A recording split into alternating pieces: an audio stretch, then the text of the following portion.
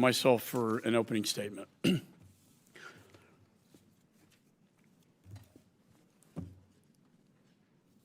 I've dealt with this issue well before Congress when I was worked in the U.S. Attorney's Office in Texas.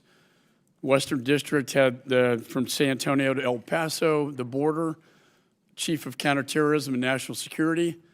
In Congress, I chaired the Homeland Security Committee for 3 terms. And in my judgment, I've never seen this border more wide open and out of operational control. As the Chief Border Patrol Officer, Mr. Ortiz, testified to, that we no longer have operational control of the border. In fact, we've ceded it to the cartels. And I think it's very simple, the cause and effect. Why are we in the situation we're in today? And this is not my words, it's from Border Patrol specifically. Because on day one, the Biden administration rescinded the migrant protection protocols, otherwise known as Remain in Mexico. This program was actually working because they had to remain in Mexico pending their asylum claims. The very first bill I ever introduced in Congress was to end catch and release, and that was 20 years ago. But here we are today, and the same policy is there. Why? Because when migrant protection protocols were rescinded, it allowed migrants to apply and stay in the United States. Since we don't have detention space that's adequate, they are released into our society. And we saw these numbers dramatically decline. And I even talked to the Secretary of State about various other policies dealing with Haiti or Venezuela. When we do this, it works because the main magnet or driver is the expectation of political asylum, even though only 15% of those claims are actually truly political. I don't have to go into all the numbers, but we do have a humanitarian crisis of generational proportions. The federal government's job is to secure our borders, air, land, and sea. And unfortunately, that is not happening. And it's not me saying this, it's Border Patrol saying this. We've had 5 million encounters at our border since this administration came into office. And most sadly, we've had 100,000 Americans die from fentanyls. They're pouring into this country, precursors coming from China, and killing our young people. My son went to a funeral last Sunday. His best friend died because he took something he thought was Xanax, and it was laced with fentanyl, and he never woke up. My oldest daughter has 5 of her friends that are now buried because of fentanyls. Beyond that, we had 98 suspected terrorists who attempted to enter the homeland just last year alone. That's dangerous. We've had 12,000 criminals attempt to enter last year, 1,000 with assault-related charges, and 62 with homicide-related. Sadly, many of these migrants don't make the dangerous journey because it's so dangerous.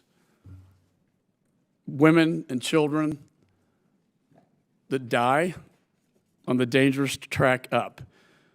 But even when they get in the country, in my home state of Texas, we found an abandoned tractor trailer with quote unquote stacks of bodies abandoned by the human smugglers and dying from an awful death of suffocation and heat.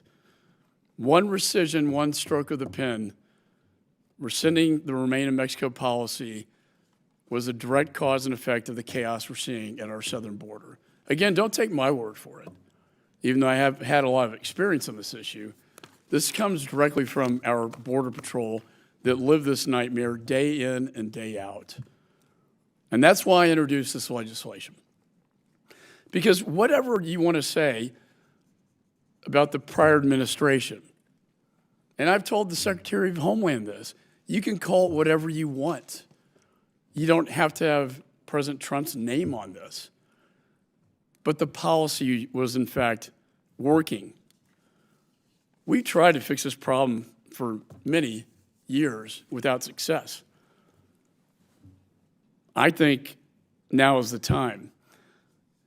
This legislation will push the State Department to renegotiate the asylum cooperation agreements, which prohibit migrants who travel through any countries with asylum agreements from eligibility.